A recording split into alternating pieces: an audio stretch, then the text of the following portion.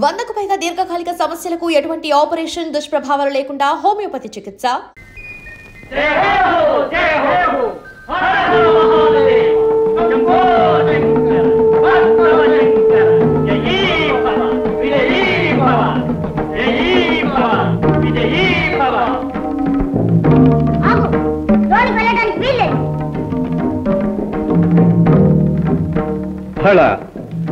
మా మందిరంలోనికి వెళ్ళడానికి మాకే అనుమతి కావాలా? బాలక, ఎవరు బాలకాన్ని పిలిచావు కదా? బాలకున్నే. మాటలు బాగా నేర్చావే. తరువాత సావకాశంగా నీ ముద్దు మాటలు వింటాం గాని ముందు దారి కట్టులే. అమ్మ ఆజ్ఞ. మేమెవరమో తెలుసా? ఆ అమ్మకు భర్త. అమ్మకు భర్తవో అమ్మమ్మకో నాకు తెలీదు. అమ్మ మాట అంటే మాటే, లోనికి వెళ్ళడానికి వీల్లేదు. బాలక, ఏమిటి హఠం? పసివాడవని శాంతం వహిస్తూ ఉంటే, పెద్దవాడవని గౌరవిస్తూ ఉంటే నీ ప్రల్లదనం మితిమీరిపోతుంది. నీ అహంకారం మరీ ఎక్కువ అవుతుంది.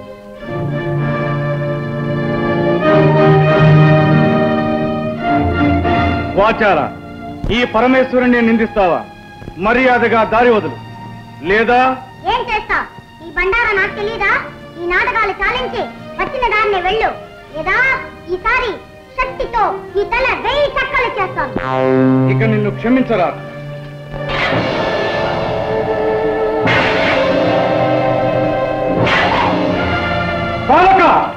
జై మాతా.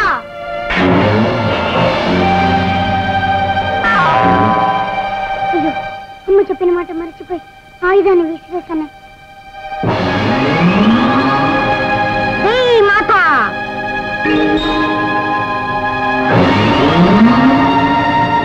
జై మాతా.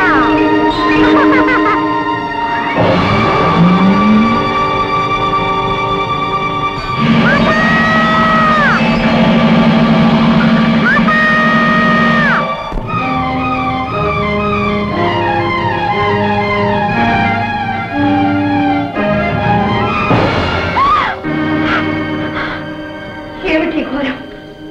ముక్కు పచ్చలాడిన నా బిడ్డను నిర్దాక్షిణ్యంగా చంపించారు. పార్వతి, ఈ పసివాడు నీ బిడ్డడా? అవును, నా బిడ్డడే. విశ్వ కళ్యాణం కోసం ముక్కోటి దేవతలు ఒక్కటే కోరుకున్న వరపుత్రుడు. నా కళలో ఊహల్లో రూపురేఖలు దిద్దుకుని ఊపిరి పోసుకున్న నా మానస పుత్రుడు, నా కంటి వెలుగు. నా బిడ్డని మీరే దయా దాక్షిణ్యరహితంగా మీ 3వ నేత్రంతో భస్మం చేశారా? మీ శక్తి సామర్థ్యాలన్నీ ఈ పసివాడి మీద చూపించారా? అపర్ణ, ఆవేశంలో జరిగిన అనర్థానికి మేము ఎంతో చింతిస్తున్నాం. మీ సానుభూతి మాటలతో నా శోకాగ్ని చల్లారదు, నా హృదయం శాంతించదు. ఆనాడు అనంత శక్తివంతమైన మీ తేజస్సును ధరించనీయకుండా అగ్నిహోత్రుడు అంతరాయం కలిగించాడు. ఈనాడు ఆదిశక్తి అంశతో జన్మించిన ఈ అవతారమూర్తిని మీరు దగ్ధం చేశారు. ఈ క్షోభ నేను భరించలేదు. ఈ పసివాడు లేనిదే నేను జీవించలేదు. తక్షణం నా బిడ్డని సజీవుని చేయండి, లేదా మీ భవానికి మరణం, ఈ ప్రపంచానికి ప్రళయం. శాంతించు సోదరి, శాంతించు. ఈ పసివాణ్ణి బ్రతికించే భారం మాది. పరమేశ్వర, ఈ విగతమస్తకునికి ఎవరి శిరస్సు తెచ్చి తగిలించాలన్నదే సమస్య. నారాయణ నారాయణ, ఆ అదృష్టం ఎవరి శిరస్సుకు దక్కుతుందో. నువ్వు కోరుకున్నట్టే జరుగుతుంది. ఎల్లప్పుడూ నువ్వు మా సమక్షంలోనే ఉంటావు, మమ్మల్ని చూస్తూ ఉంటావు. అంతేకాదు, ఈనాటి నుండి మాకు నీపై గల వాత్సల్యానికి చిహ్నంగా గజ చర్మాన్ని ధరించి కృత్తివాసుడనే పేరుతో పిలువబడతాం. నంది, భృంగి, మీరు వెళ్ళి ఎవరైతే ఉత్తర దిశను తలబెట్టి శయనిస్తూ ఉంటారో వారి శిరస్సు ఖండించి తీసుకురండి. వెళ్ళండి.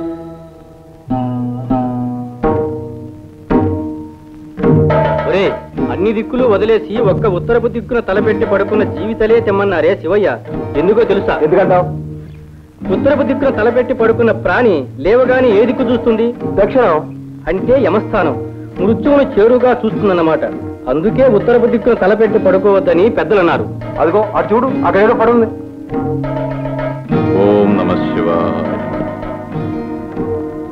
ఓం నమః శివాయ. ఒరే, ఈ ఏనుగు ఉత్తరపు దిక్కునే తలపెట్టి పడుకుందిరా. దీని తల తీసుకోవడం నాయనా, నీ ముద్దు మాటలు తనివి తీరా వినలేకపోయానే. ఈ అనర్థం జరుగుతుందని తెలిస్తే నిన్ను కావలి పెట్టకపోయేదాన్ని. నిన్ను చేజేతిలా చంపుకున్నాను, శివకోపాగ్నికి బలి చేశాను.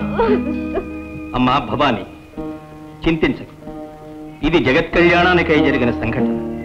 నీ బిడ్డడు తప్పక సజీవుడవుతాడు. ప్రభు దశ దిశలు వెతికారు. ఉత్తర దిక్కున తలపెట్టి శయనిస్తూ ఈ గజాననం మాత్రం దొరికినది. పరమేశ్వర, ఈ హస్తి మస్తకమును ఆ దేహమునకు సంధించి ప్రాణప్రతిష్ఠ గావింపు. వద్దు వద్దు. చంద్రబింబం వంటి చక్కని మోము కలిగిన నా బిడ్డడికి ఈ ఏనుగు తల, ఆ వికృత రూపాన్ని నేను చూడలేను, చూసి భరించను లేను. కాత్యాయని, నీ బిడ్డడు కారణ జన్ముడు. మూషికుని హంతముందించుటకై అవతరించినవాడు. అవునమ్మా, ఆ మూషికుని చంపుటకు ద్విజన్ముడు ద్విరూపుడు కావాలనని కదా దైవ నిర్ణయం. ఏనుగుతల విజ్ఞానానికి సంకేతం, మదించిన బలానికి. నీ సుతుడు మహావిజ్ఞాని, మహాబల సంపన్నుడు అవుతాడమ్మా. అంతేకాదు, నీ తృప్తి కోసం ఈ బిడ్డడికి కామరూపం ప్రసాదిస్తున్నాం. ఎవరు కోరిన రూపంలో వారికి కనిపిస్తాడు. కాదనక చిరంజీవిని చేయండి. భవదనుగ్రహం ఎలాగుంటే అలాగే కానివ్వండి.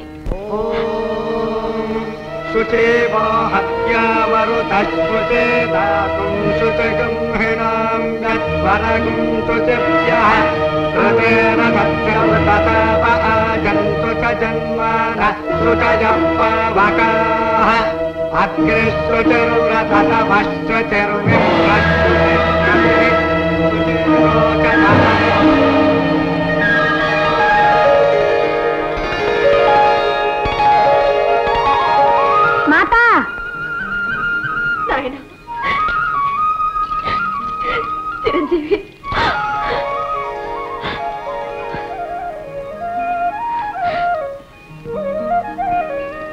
చిరంజీవి, వీరే మీ పితృదేవులు పరమేశ్వరుడు. వందనాలు శ్రీరస్తు. వందనాలు శుభమస్తు. వందనాలు. జయమస్తు.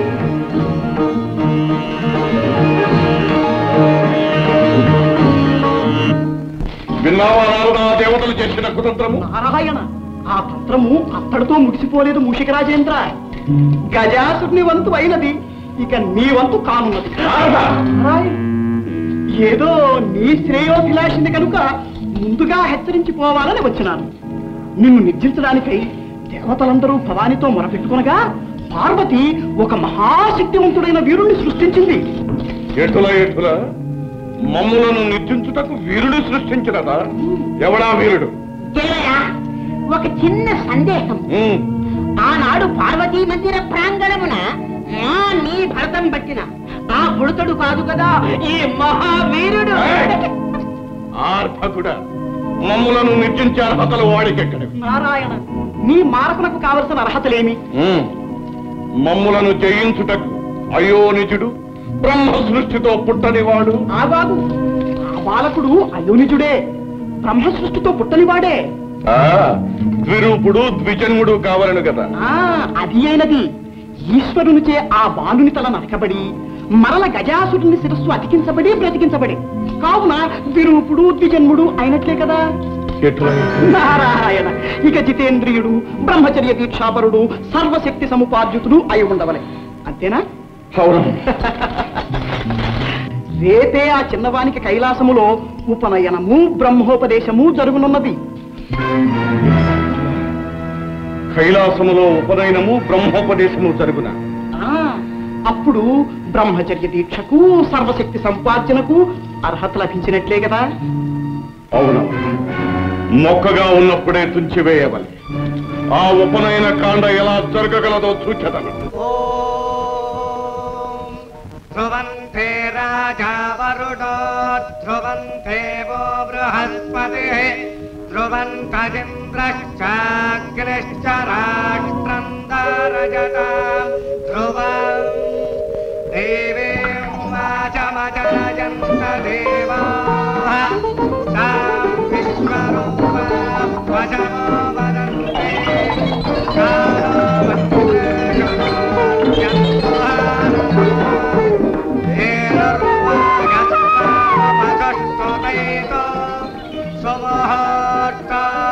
ముహూర్త గడియలు మించిపోకుండా యజ్ఞోపవీత ధారణ జరగాలి. యజ్ఞోపవీతాన్ని తెప్పించండి. సుప్రతిష్ఠితమస్తు అజం ముహూర్తస్తు. యజ్ఞోపవీతం ముక్కలైపోయింది. నారాయణ నారాయణ, ఏ యువతములో ఉంటుంది. సువర్ణ తంతువులతో ప్రత్యేకంగా తయారు చేయబడిన యజ్ఞోపవీతం అది. ఇప్పుడేమిటి కట్టాలి?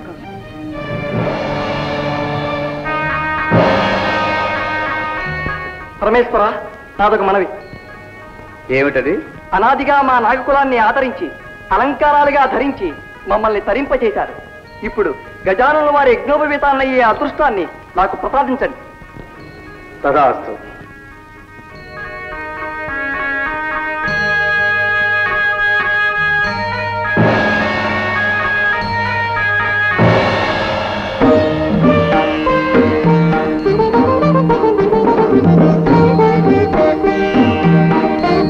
యజ్ఞోపవీతం పరమం పవిత్రం ప్రజావతేర్యత్సహజం పురస్కారే ఆదుష్యమగ్రిజం ప్రతిముంచ శుభ్రం యజ్ఞోపవీతం బలవస్తు తేజః యజ్ఞోపవీత ధారణ ముహూర్తస్సు ముహూర్తం. దేవరా, మీరు మూషికముగా మారి యజ్ఞోపవీతాన్ని కొరికి ముక్కలు ముక్కలు చేసిన ప్రయోజనము దుర్వ్యక్తే. వారి కార్యం జరిగిపోయినది. అయిననే ఇంకనూ బ్రహ్మోపదేశము కావాలని కదా. చిరంజీవి, బ్రహ్మవిష్ణు శివాత్మకమైనది. సర్వ మంత్రాధ్యయనమునకు సాధికారము కల్పించినది బ్రహ్మోపదేశం. ఆ మంత్రము అతి రహస్యము, స్వరప్రధానము కనుక శ్రద్ధగా ఆలకించి స్వీకరించు. పరమేశ్వర, తండ్రిగా తనయునికి మీరే మంత్రోపదేశం చేయాలి. అవశ్యం. తానైనా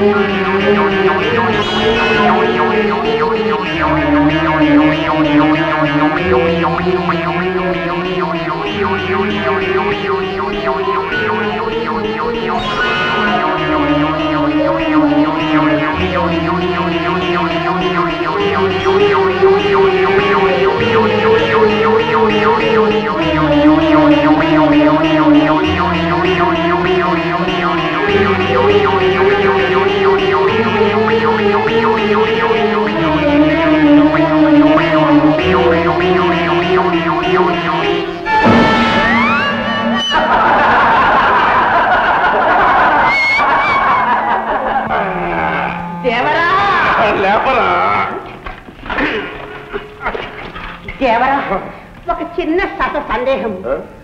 చెవి దెబ్బే ఇంత ఘోరముగా ఉంది, తొండం దెబ్బ ఎలా ఉంటుందో? ఇల్లులకనే పండుగ కాదురా. కఠోర నియమనిష్టలతో కూడుకున్న బ్రహ్మచర్య దీక్షను ఆ అర్భకుడు ఎలా సాగిస్తాడో, ఎలా సాధిస్తాడో మేము సూచనము కాక.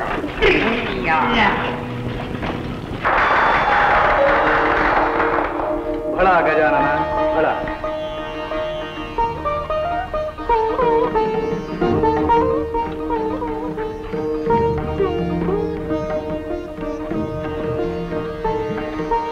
నారద, నేటితో మా చిరంజీవి సకల విద్యా ప్రపూర్ణుడైనాడు. నారాయణ నారాయణ, సర్వకళాది దేవత. మీరు భయలు తలుచుకుంటే రానిది కానిది ఏముంటుంది తల్లి? విద్యాభ్యాసం ముగిసింది. ఇక గజానున్న వారిని బ్రహ్మచర్య తపోదీక్షకు పంపడమే తరువాయి. కదిలితే కందిపోయే నా బిడ్డని కష్టతరమైన బ్రహ్మచర్య దీక్షకు పంపమంటారా? భయంకర నిర్జన ప్రదేశంలో ఒంటరిగా విడిచిపెట్టమంటారా? నా వల్ల కాదు. నారాయణ, మమకార బంధం నుండి మహామహులు కూడా తప్పించుకోలేరనడానికి ఈ జగన్మాత పుత్ర వ్యామోహమే తార్కాణం. వాణి, మూషికాసుడిని జయించడానికి జన్మించిన వాడు మన చిరంజీవి. అందుకు అకుంఠిత దీక్షాపరుడు, జితేంద్రియుడు, సర్వశక్తి సముపార్జితుడు కావాలని తెలిసినదే కదా. మరి దీక్షకు పంపనంటే ఎలా? సందేహించక దీవించి పంపించు. మాతృత్వ మమకారంలో పడి నా కర్తవ్యాన్ని మర్చిపోయాను. నాయన, అచంచలమైన నిగ్రహంతో బ్రహ్మచర్య దీక్ష పరిపూర్తి చేసుకురా. ఇంత భారం నా మీద పెట్టారు. నా కర్తవ్యం నెరవేర్చగల శక్తిని నాకు ప్రసాదించండి. అచంచల మనోబల సిద్ధిరస్తు. సంకల్ప సిద్ధిరస్తు. జయోస్తు.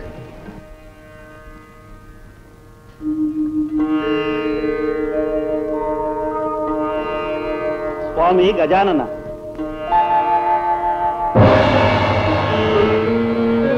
మీ దీక్షాకాలం పూర్తయ్యే వరకు మీ తపస్సుకు ఎటువంటి అంతరాయం కలగకుండా మా సర్పకుమారులు కావలి కాస్తారు. అనుజ్ఞ ఇవ్వండి. అవశ్యం.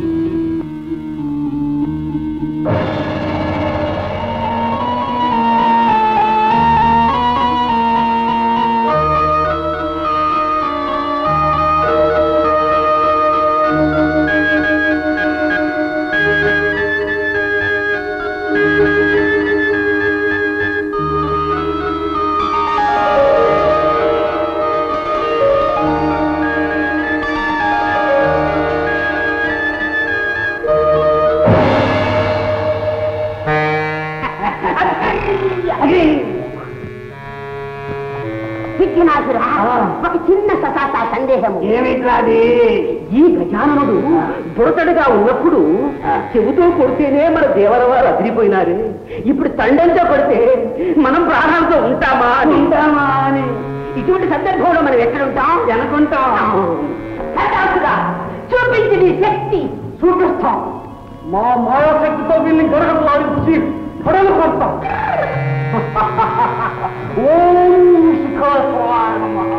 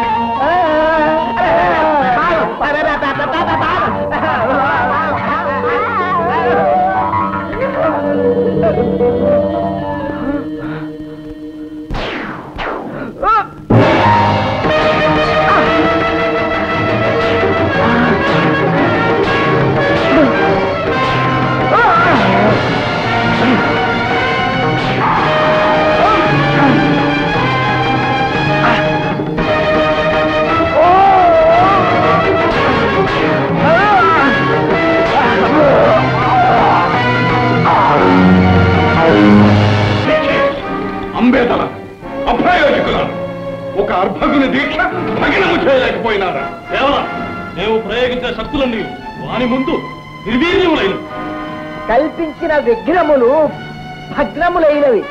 దేవరా సందేహమేలా? కాదు దేవరా, ఒక చక్కటి చిక్కటి ఆలోచన తట్టే ఈ విధముగా చేసినా ఇటులో ఎటు తెలుపము. ఎంత వారలైన కాంతదాసులే అని కదా ఆర్యోస్తు. ఒక పిటపిటలాడే సుందరాంగిని పంపిన వాడి ఒళ్ళు చిటపటలు ఆడకపోవునా? గుటకలు వేగం మానునా? ఎట్లా ఎట్లా ఎట్లా ఫలా ఫలా నీ దేహమునందు సందేహములే కాక సమయోచితమైన యోచనలు కూడా ఉన్నవే. ఫలా ఫలా తక్షణమే మనోలాలసనే సుందరాంగిని సృష్టించి పంపించద. మనోలాలస లాలస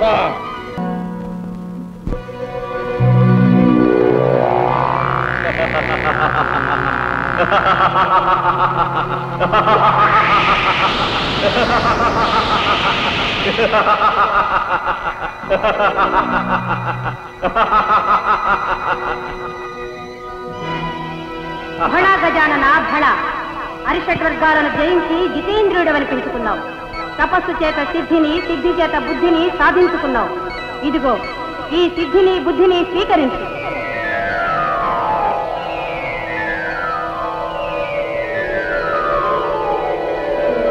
ఈనాటితో నీ తపోదీక్ష విజయవంతంగా ముగిసింది.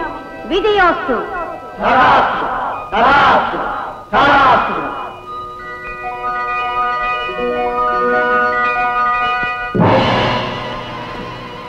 దేవా, అమేయ ప్రభావ, నిరంతరం మీ సేవ చేసుకునే భాగ్యం ఈ దాసులకు ప్రసాదించు స్వామి.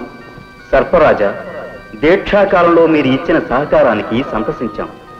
ఈనాటి నుండి కటి సూత్రంగా, భుజ కీర్తులుగా, ఆభరణాలుగా మీ సర్పాలనే ధరిస్తాం. ధన్యోస్మి, ధన్యోస్మి.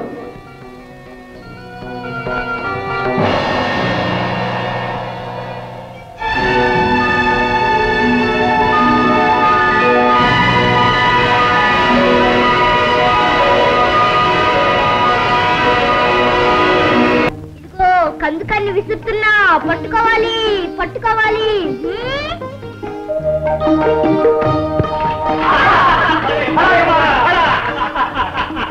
భళా భళా, చురుకైన వాడివే. ఏది ఈసారా కందుకన్నెలా ఇవ్వు, నే విసురుతా. అందుకో విసరనా? అలాగే.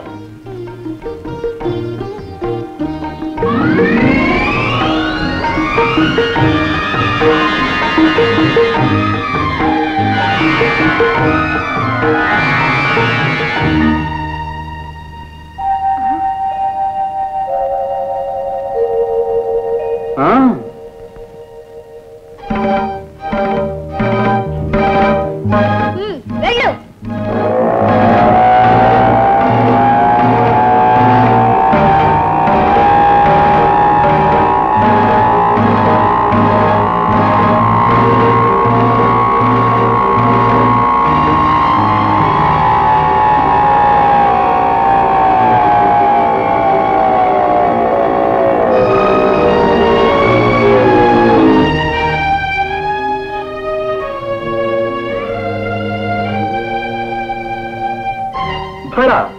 ఈ చురుకుతనం ఆటలలోనేనా లేక అన్నింటిలోనూ ఉన్నదా? అన్నిట్లోనూ వీరున్నే.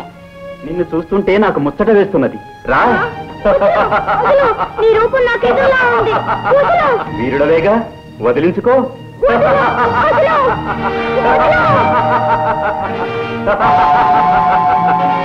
చూసుకో, దీంతో నిన్ను నీ తొండాన్ని ఖండఖండాలు చేస్తాను.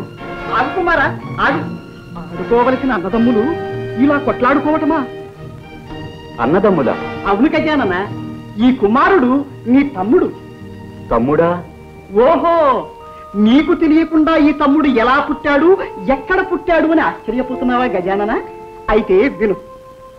తారకాసురుని సంహరించగల మహాబలుడైన పుత్రుడు కలగాలని ప్రగాఢ వాంఛతో పార్వతీ పరమేశ్వరులు సుదీర్ఘ శృంగార కేళీ కలాపాన్ని సాగించారు. అలా వారిద్దరి సంయోగ ఫలితంగా ఈ కుమారుడు ఉద్భవించాడు. ఇన్నాళ్ళు షణ్మాతల వద్ద పెరగడం వల్ల ఇతని వృత్తాంతం నీకు తెలియలేదు. అలాగా తమ్ముడు? అన్నా, గజానన, నీ ఆగమనం కోసం నీ తల్లిదండ్రులు నిరీక్షిస్తూ ఉంటారు. పదవయ్యా.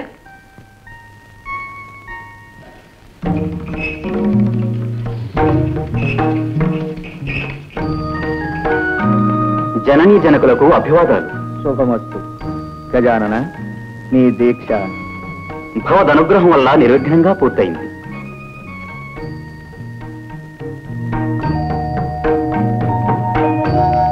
అమ్మా, ఏమిటమ్మా అలా చూస్తున్నావు? నాయన, ఈ ఆకారం ఏమిటి? సుందర సుకుమార శరీరంతో మా కన్నులు విందు చేసే నువ్వు ఈ రూపం ఎందుకు ధరించావు నాయన? అనేక ప్రలోభాలకు మూలమైన బాహ్య సౌందర్యం కన్నా ఆత్మ సౌందర్యమే మిన్న. ఏం తండ్రి, నే చెప్పింది నిజమేనా? మా సిద్ధాంతము అదే. అందుకే భస్మాంగ రాగం, నాగాభరణాలు, గజ చర్మ ధారణ ఎన్నుకున్నాం. కానీ మీ జనని సౌందర్య లహరి, త్రిపుర సుందరి. అందుకే ఆమె సృష్టిలో దృష్టిలో అంతా సౌందర్యమయంగా ఉండాలని కోరుకుంటుంది. ఏం భవానీ? క్షణికమైన మనోభ్రమణంలో అన్నానే కాని అలంకారాల వల్ల లేని అందం వస్తుందా, ఉన్నది తరిగిపోతుందా? ఏమి ధరించినా మీరు సౌందర్యమూర్తులేగా. ఏ రూపంలో ఉన్నా నా బిడ్డడు నా కంటికి ఆనంద స్వరూపుడుగానే ఉంటాడు. అన్ని లోకాల్లోనూ అన్ని కాలాల్లోనూ ఈ అవతారమూర్తే ఆరాధనీయుడవుతాడు. పరమేశ్వర, అసుర నాశనానికి కావలసిన అర్హతలన్నీ గజానుల వారికి సిద్ధించినట్లే. మరి మూషికునిపై దండయాత్రకు ముందుగా ప్రపంచంలోని సర్వశక్తులు చిరంజీవికి సంప్రాప్తం కావాలి. అందుకు గజాననుణ్ణి అన్ని గణాలకు అధిపత్యం చెయ్యాలి. శుభస్య శీఘ్రం.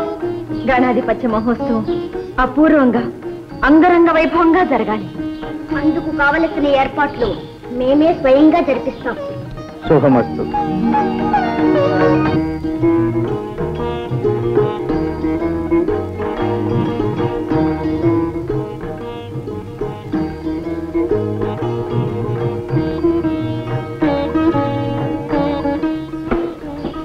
నంది, బ్రహ్మాది సకల దేవతలకు శుభవర్తమానములు పంపినారా? మీరు ఆదేశించిన విధంగా అన్ని ఏర్పాట్లు చేశాం. మంచిది.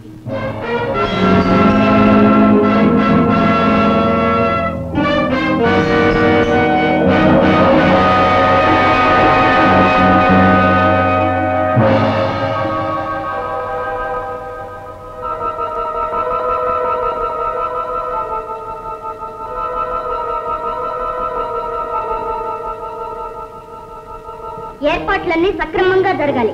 వెళ్ళండి.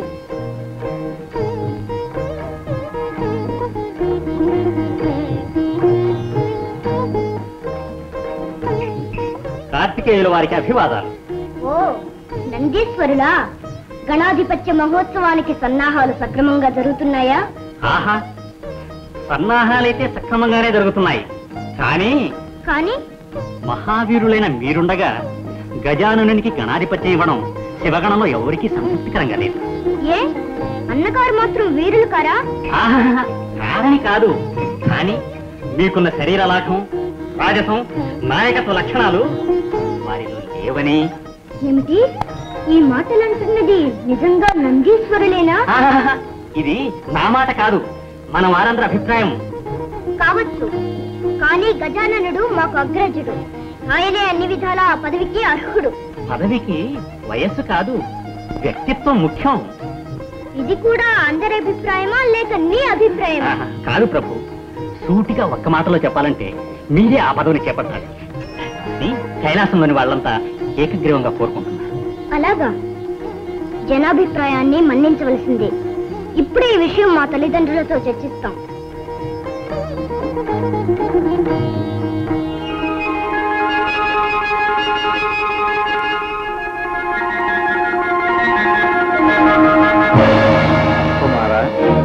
అగ్రజుడు గజాననుడుండగా గణాధిపత్యం నీకెలా ఇమ్మంటావు? ఏ నారదా? అవునవును, అలా ఇవ్వడం ధర్మసమ్మతం కాదు. ధర్మం పదవి ఇవ్వవలసింది అర్హతకు గాని వయసుకు కాదు. అవునవును, ఆ మాట నిజమే. అంటే గజాననుడికి అర్హత లేదంటారా? నారాయణ నారాయణ, ఆ మాట ఎవరనగలరు? షణ్ముఖ, గణాధిపత్యం కోసం కలహం ఎందుకు? కావాలంటే ఆ పదవి నీవే పరిగ్రహించు. దానంగా పరిగ్రహించవలసిన అగత్యం మాకు లేదు. ఎవరు సమర్థులో నిర్ణయించి వారికే ఇమ్మంటున్నాం. అయితే పెద్దల నిర్ణయానికి కట్టుబడి ఉంటావా? అవశ్యం. మేము పెట్టే పరీక్షకు మీరిద్దరూ సిద్ధమేనా? ఓ అయితే మరి మీలో ఎవరు ముమ్మారు విశ్వ ప్రదక్షిణం చేసి ముందుగా వస్తారు వారే గణాధిపత్యానికి అర్హులు. అగ్రజ, విన్నావుగా పంతు? చూద్దాం ముందెవరు వస్తారు.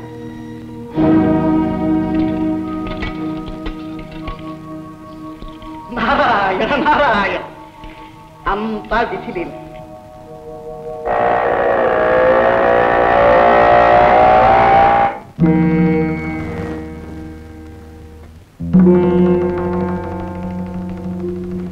మీలో ఎవరు ముమ్మారు విశ్వ ప్రదక్షిణం చేసి ముందుగా వస్తారు వారే గణాధిపత్యానికి అర్హులు. అమ్మా, ఎందుకమ్మా ఇలాంటి పరీక్ష పెట్టావు? కుమారుని వల్ల నాకు తగిన వాహనమూ లేదు, అతనికి ఉన్నంత శరీర లాఘవమూ లేదు. మరి విశ్వ ప్రదక్షిణం ఎలా చేయమంటావమ్మా? అమ్మా, నీ ఆంతర్యం అర్థమైందమ్మా.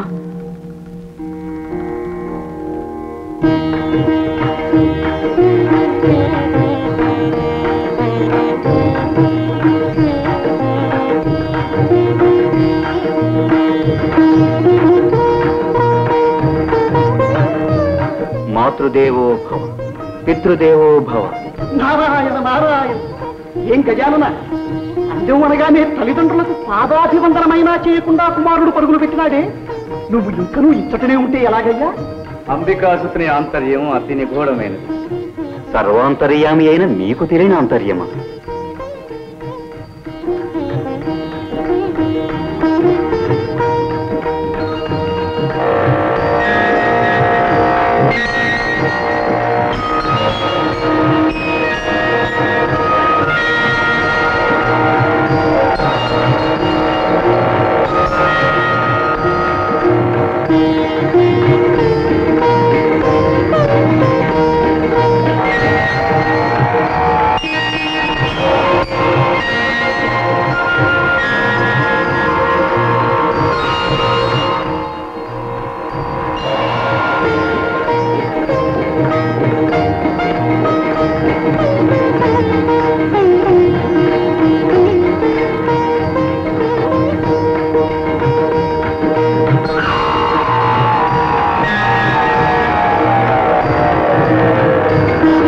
తల్లిదండ్రులారా, మీరు ఆనతిచ్చిన విధంగా తమ్ముని కంటే ముందుగా ముమ్మారు విశ్వప్రదక్షిణ గావించాను. నారాయణ నారాయణ, ఇక్కడే మా కనుల ముందే ఉన్నావు. విశ్వాన్ని ఎప్పుడు ఎలా చుట్టి వచ్చావయ్యా? నారదుని సందేహం లోక సందేహం. నీ సమాధానం వినాలని మాకు కుతూహలంగా ఉంది. పెద్దలు, ధర్మశాస్త్రజ్ఞులు, మీకు తెలియనిదేమున్నది, అయినా వినండి. నువ్వు చెప్పినది నిజమే గజానన. సృష్టి రహస్యాన్ని గ్రహించావు నాయన. బుద్ధితో పరీక్షణ చేయించాం. ఆ దంపతులు ఏమంటారు? ఆ గణాధిపత్యం గజాననునికే ఇవ్వాలి. అగ్రజుడే జయించాడు. కుమారా, అహంకారంతో ప్రవర్తించినందుకు నన్ను క్షమించండి. ఇప్పుడు మనసారా నా ఓటమిని ఒప్పుకుంటున్నాను. కానీ నాదొక చిన్న సందేహం. ఏమిటది కుమారా? ఏముంది? నావల అగ్రజులకు శరీర లాఘవము లేదు, వాహనము లేదు. మరి నాకన్నా ముందుగా విశ్వాన్ని ఎలా చుట్టి రాగలిగాడు అని. ఏం కుమారా, అదేగాని సందేహం? అదే. ఆ సందేహాన్ని గణపతే నివృత్తి చేస్తాడు. తమ్ముడు, నిజానికి నేను కైలాసంలోనే ఉన్నాను. మాతాపితరులకు మాత్రం ముమ్మారు ప్రదక్షిణ చేశాను.